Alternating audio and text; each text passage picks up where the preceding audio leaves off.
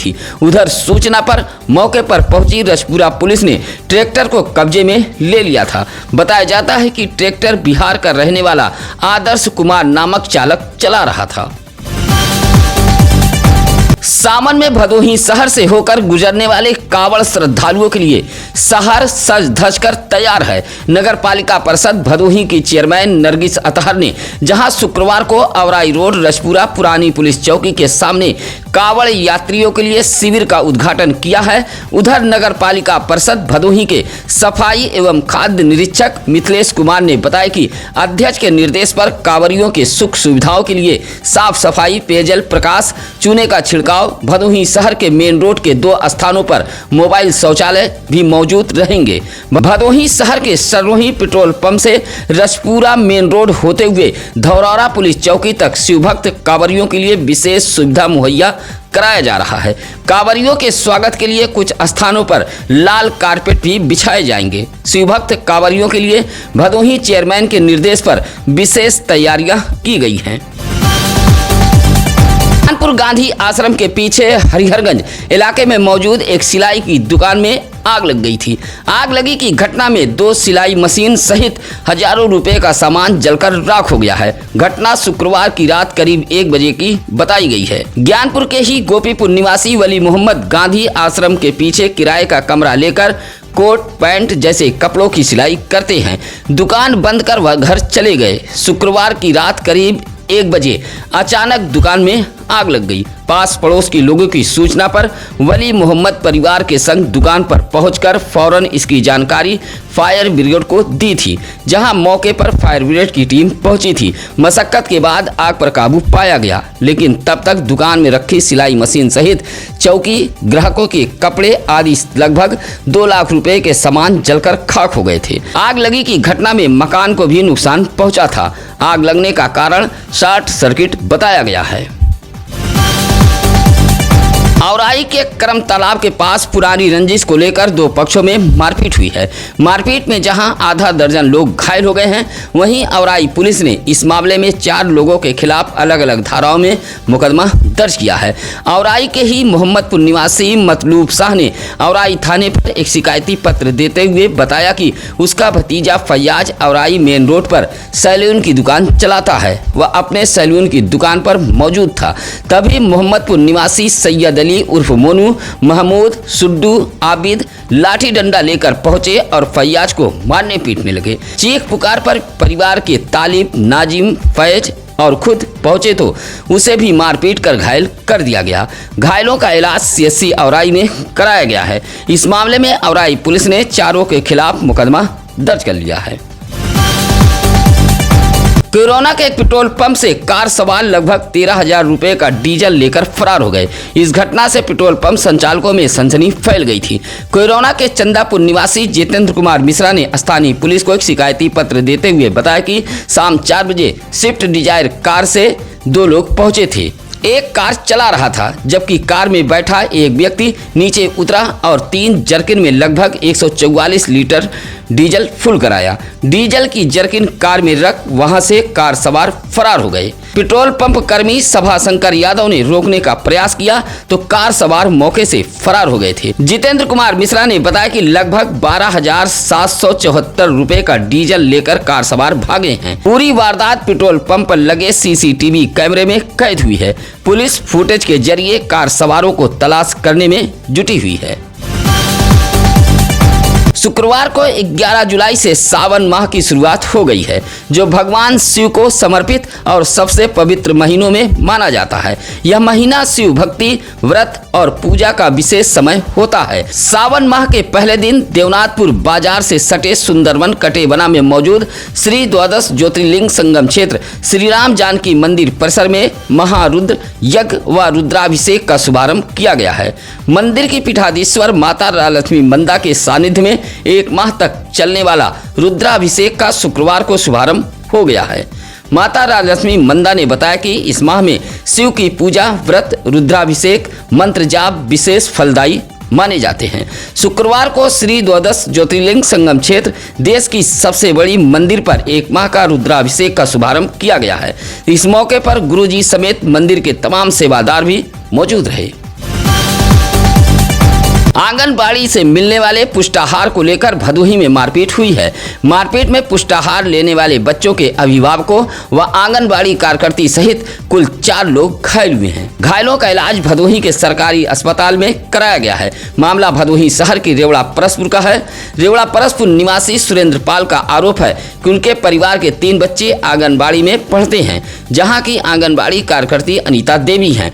3 बच्चों में मात्र आधा किलो दाल का पैकेट दिया जाता है। जब इस बात की शिकायत आंगनबाड़ी कार्यकर्ती से की गई तो वह और उसके परिवार वाले मारपीट पर उतारू हो गए। दोनों पक्षों में जमकर मारपीट हुई है। मारपीट में एक पक्ष से फुलदेई सुरेंद्र पाल व दूसरे पक्ष से आंगनबाड़ी कार्यकर्ती अनीता देवी व सिंदिल पाल को चोटें आई हैं। उधर आंगनबाड़ी कार्यकर्ती का आरोप कुछ अलग ही है। कहना है कि एसी का पानी गिरने को लेकर सुरेंद्र पाल ने उससे विवाद किया था। एसपी अभिमन्यु मांगलिक व अपर पुलिस अधीक्षक शुभम अग्रवाल के निर्देश पर औराई पुलिस की अचूक विवेचना के बाद दहेज हत्या के आरोपी पति को माननीय अपर जिला जज पुष्पा सिंह की अदालत ने आजीवन कारावास की सजा सुनाई है। गोपीगंज के हीराचक डेहरिया निवासी श्याम कुमारी ने 2024 में औराई थाने में मुकदमा दर्ज कराते हुए बताया था कि उसकी बेटी शीला गौतम की शादी औराई के भरतपुर निवासी मैनेजर उर्फ डब्बू गौतम के साथ हुई थी। दहेज के लिए उसकी बेटी की हत्या कर दी गई थी और पुलिस ने इस मामले में 302, 498 जैसे गंभीर धाराओं में पति के खिलाफ मुकदमा दर्ज किया था। औराई पुलिस की विवेचना व एडीजीसी विनय बिंद की जोरदार बहस के बाद माननीय न्यायाधीश पुष्पा सिंह की अदालत ने औराई के भरतपुर निवासी मैनेजर उर्फ बब्बू गौतम को आजीवन कारावास की सजा सुनाते हुए अर्थदंड से भी माननीय न्यायालय ने दंडित किया है। खेत में धान लगाते समय एक किसान को बिच्छू ने डंक मार दिया। बिच्छू के डंक से घायल किसान अस्पताल पहुंचा था। मामला भदोही कोतवाली इलाके के राघोपुर गांव का है। गणेश चंद मौर्य खेत में धान लगा रहे थे, तभी बिच्छू ने हाथ के अंगुली में डंक मार दिया था। किसान ने फौरन इसकी जानकारी परिजनों को दी, जहां परिजन किसान गणेश चंद मौर्य को भदोही के महाराजा बलवंत सिंह राजकीय अस्पताल लेकर पहुंचे थे। डॉक्टरों ने इलाज कर घर भेज दिया था। गोपीगंज के सामुदायिक स्वास्थ्य केंद्र में आने वाले मरीजों की जिंदगी के साथ खिलवाड़ किया जा रहा है। इस सरकारी अस्पताल के दवा काउंटर से एक मरीज को एक्सपायरी दवा थमा दी गई है। मरीज ने देखा तो हंगामा कर दिया। शुक्रवार को गोपीगंज के जहांगीराबाद निवासी मनोज कुमार यादव अपने 10 वर्षीय बेटे की आंख दिखाने सामुदायिक स्वास्थ्य केंद्र गोपीगंज पहुंचे थे, जहां ओपीडी में डॉक्टर नंदलाल ने मरीज बच्चे की जाँच कर दवा लिख दी थी, जहां काउंटर पर पर्ची दिखाने के बाद एक्सपायरी दवा थमा दी गई। इस बात से मरीजों में नाराजगी देखी गई है। कहा कि इसकी शिकायत जिले के मुख्य चिकित्सा अधिकारी से की जाएगी। मोड़ बाजार के मकनपुर पश्चिमी त्रिमोहानी के पास तेज रफ्तार बोलेरो ने महिला को टक्कर मार दी है। हादसे में महिला गंभीर रूप से घायल हो गई है। बलभद्रपुर निवासी एक बनवासी परिवार पैदल जा रहा था। मकनपुर त्रिमोहानी के पास पहुंचा, तभी तेज रफ्तार बोलेरो ने महिला को टक्कर मार दी। हादसे में महिला घायल हो गई थी। महिला के साथ एक पुरुष व 2 बच्चे साथ में चल रहे थे, जो हादसे में बाल बाल बच गए हैं। हालांकि घायल महिला का इलाज टक्कर मारने वाले बोलेरो चालक ने ही कराया था। गोपीगंज थाना इलाके के कलनुआ निवासी घनश्याम पांडे ने एसपी कार्यालय पहुंचकर एक शिकायती पत्र सौंपा है। पत्र सौंपते हुए कहा कि वह अपने खेत के किनारे किनारे 438 सीमेंट के खंभे को लगाया था, जहां विपक्षी ने खंभे को तोड़कर क्षतिग्रस्त कर दिया गया है। विरोध करने पर मारने पीटने की धमकी भी दी गई। 9 जुलाई को विपक्षियों ने खेत पर पहुंचकर सीमेंट के खंभे को तोड़ा था, जिसकी शिकायत जंगीगंज पुलिस से की गई थी, लेकिन कार्रवाई नहीं हुई। घनश्याम पांडे ने एसपी कार्यालय पहुंचकर शिकायती पत्र देते हुए कार्रवाई की गुहार लगाई है। सावन माह के पहले दिन सुरियामा से कांवरियों का एक जत्था बाबा बैजनाथ धाम के लिए रवाना हुआ है। शुक्रवार को सुरियामा रेलवे स्टेशन से 9 कांवरियों का एक जत्था हर हर महादेव के जयकारे से बाबा बैजनाथ धाम के लिए रवाना हुआ है। सुरियामा निवासी आशीष उपाध्याय ने बताया कि इस जत्थे में शामिल सभी शिव भक्त सुरियामा के ही निवासी हैं और ट्रेन से यह जत्था बिहार के सुल्तानगंज पहुंचेगा। उसके बाद जल लेकर पैदल 116 किलोमीटर का सफर तय कर बाबा बैजनाथ धाम पहुंचकर जल चढ़ाकर वापस लौटेगा। कांवरियों के जत्थे में रिंकू सोनी, संदीप विश्वकर्मा, बाबू जायसवाल, हर्ष मुदनवाल, आकाश जायसवाल, करण जायसवाल, प्रियांशु मुदनवाल, उमंग जायसवाल शामिल हैं। शुक्रवार को जनसंख्या नियंत्रण कानून की मांग को लेकर जनसंख्या समाधान फाउंडेशन के कार्यकर्ताओं ने जिला मुख्यालय ज्ञानपुर के सरपतहा कलेक्ट्रेट पर पहुंचकर प्रदर्शन करते हुए प्रधानमंत्री को संबोधित एक पत्र डीएम कार्यालय को सौंपा था। धरना प्रदर्शन स्थल पर जनसंख्या समाधान फाउंडेशन के पदाधिकारियों व कार्यकर्ताओं ने विरोध दर्ज कराते हुए प्रदर्शन किया था। इस मौके पर भदोही के पूर्व चेयरमैन अशोक कुमार जायसवाल ने कहा कि देश में बढ़ती जनसंख्या को नियंत्रित करने के लिए कानून जरूरी है। कहा कि जनसंख्या वृद्धि से रोजगार की भी समस्या बढ़ रही है, वातावरण प्रदूषित हो रहा है। इस मौके पर आशीष चौहान, राधेश्याम गुप्ता, मनीष दुबे, आदर्श राय, अजय दुबे आदि मौजूद रहे।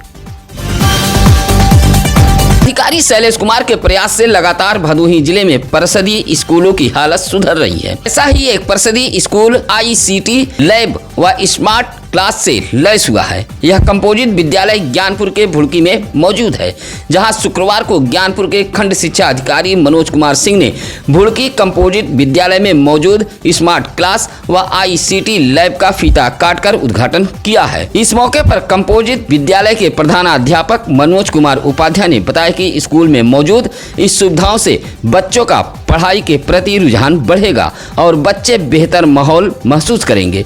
इस मौके पर महेश प्रसाद द्विवेदी, मंजरी कुशवाहा, शिव मोहन मिश्रा, सुरेंद्र प्रताप सिंह आदि मौजूद रहे।